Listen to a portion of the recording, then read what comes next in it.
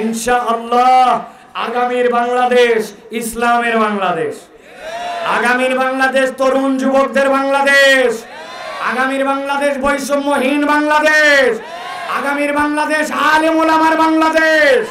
আমরা দায়িত্বহীন কণ্ঠে বলতে চাই, ওই বাংলাদেশে আল্লাহু আকবারের পক্ষে যারা, তাদের পক্ষে আমরা, আল্লাহু আকবারের পক্ষে থাকবে না তাদের পক্ষে আমরা নয়। ঠিক না? রাজি তো?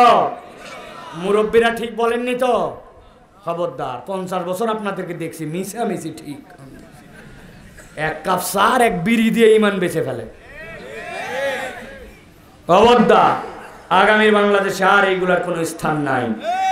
আল্লাহ আমাদের সকলকে ভালোভাবে, আমাদের মুরব্বীদেরকে সম্মান দিয়ে, ছোটদেরকে স্নেহ করে একটা চমৎকার বাংলাদেশ গঠন করার তৌফিক দান করুন, আল্লাহুম্মা আমিন।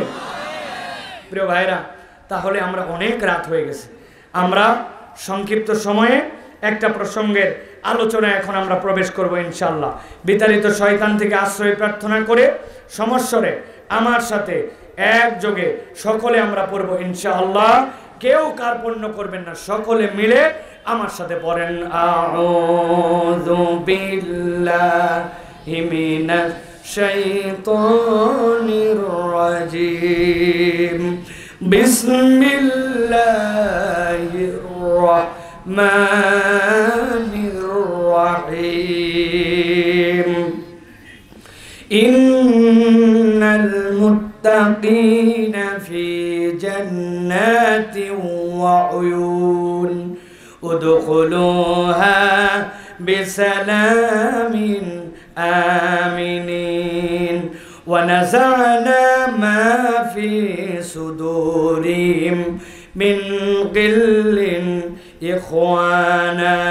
ইখওয়ানান আলা সুরুরিম মুতাকাবিলিন। আল্লাহ রাব্বুল আমিন বলছেন, ঠান্ডা মাথায় বোঝেন, আল্লাহ বলছেন ইন্নাল মুত্তাকিনা ফি জান্নাতিন ওয়া উয়ুন। দুনিয়াতে আল্লাহ মানুষকে, মানুষ থেকে যেই না আল্লাহর কাছে সমর্পিত হলো, ওই মানুষগুলোকে 4টা গ্রেডে আল্লাহ ভাগ করেন।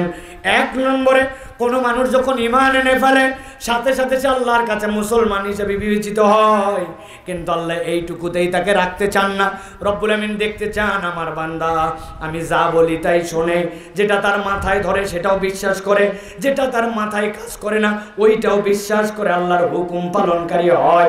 আল্লাহ বলছেন ওই মানুষ তখন নিরেট মুসলমান নয়, তখন সে মুমিনদের মধ্যে অন্তর্ভুক্ত হয়। কিন্তু আমি আমার বান্দাকে কেবলমাত্র মুমিন হিসেবে দেখতে চাই না, আমি তার গ্রেড আরো বাড়াতে চাই। আল্লাহ বলছেন আমার বান্দা যখন আমি যা যা নিষেধ করি তার ধারে কাছেও যায় না। আমার আল্লাহ মানা করেছেন মিথ্যা বলে না, সুদ খায় না, হারামে যায় না, কোনো রকম অন্যায় করে না, স্ত্রীকে পর্দার মধ্যে রাখে, আল্লাহর যা নিষেধ সেখানে সে ছোঁয় না, সেইটা তার হুদুদের মধ্যে আটকায় ফেলেছে। আল্লাহর মানা তার জীবনের সাথে সম্পর্ক নাই। আল্লাহ বলছেন ওই বান্দা তখন গ্রেড 3-তে উন্নীত হয়, তখন সে মুত্তাকি হয়।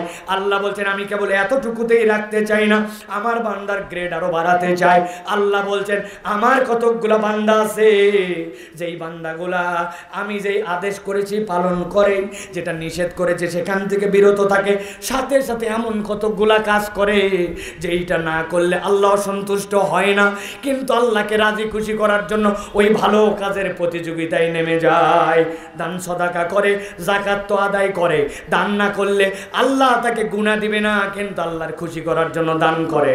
ওই বান্দা অপরের উপকারে আগায় যায়, ওই বান্দা মানুষকে নেক পথে ডাকে, ওই বান্দা ভালো কাজের জন্য হজ করে, উমরা করে, মসজিদে ঢোকার পরে বসে যায় না, কিছু নামাজ কালাম পড়ে, ভালো কাজের এই প্রতিযোগিতায় যখন নেমে যায়, আল্লাহ বলছেন বান্দা মুসলিম, মুমিন, মুত্তাকি এইটুকুই নয়, আমার বান্দা তখন মুহসিনিনদের অন্তর্ভুক্ত হয়ে যায়।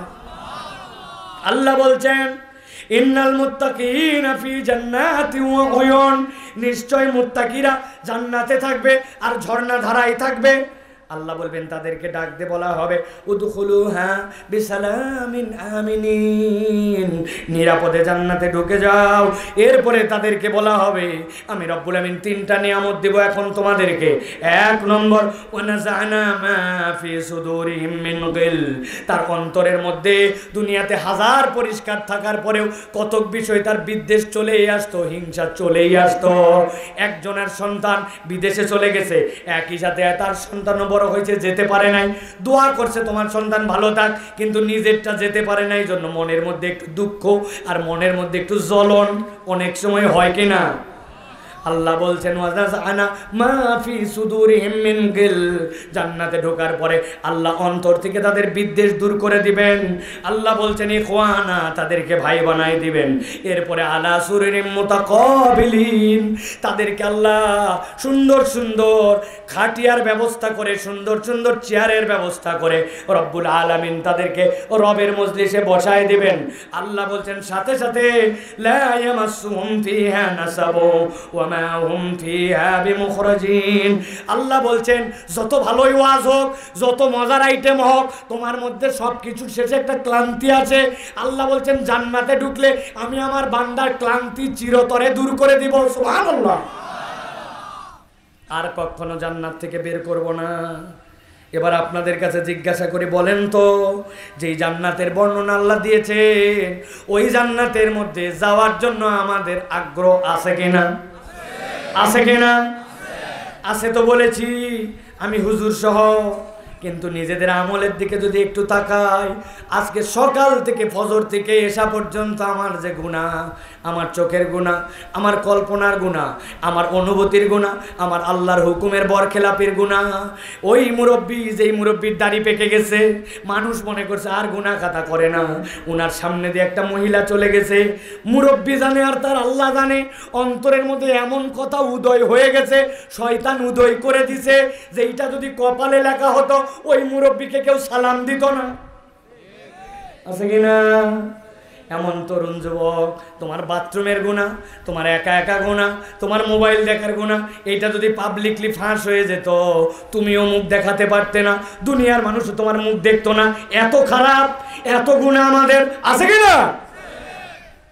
আল্লাহ বলছেন জান্নাতের বর্ণনা তো শুনলো আপনার উম্মত, জান্নাতেও যেতে চাই বলল, কিন্তু তার যে অবস্থা, এই অবস্থায় তো সে ঘাবড়ায় যাবে।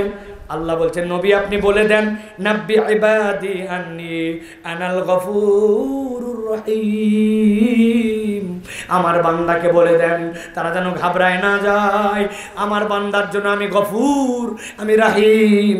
আমার বান্দা একবার যদি রবের কাছে ফেরত আসে, আল্লাহ বলছেন আমার বান্দাকে আমি ক্ষমা করে দিব।